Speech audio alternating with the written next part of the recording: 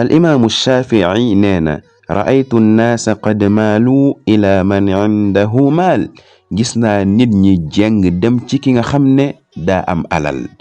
ومن لا عنده مال فعنه الناس قد مالوا كو أمul ألل نبني وان لغناو رأيت الناس قد ذهبوا إلى من عنده ذهب جسنا نبني جم تيكي خمني دا أم أور ومن لا عنده ذهب فعنه الناس قد ذهبوا كيف كو أمul أور نبني وان لغناو رأيت الناس منفضة إلى من عنده فضة جسنا نبني جبلو دم تيكي خمني دا أم خالص ومن لا عنده فضة فعنه الناس منفضة كيف كو أمul خالص نبني وان لغناو ndeysaan lu muy tekk mooy képp ku am ñëpp jublu la ku ñàkk ñëpp won la gannaaw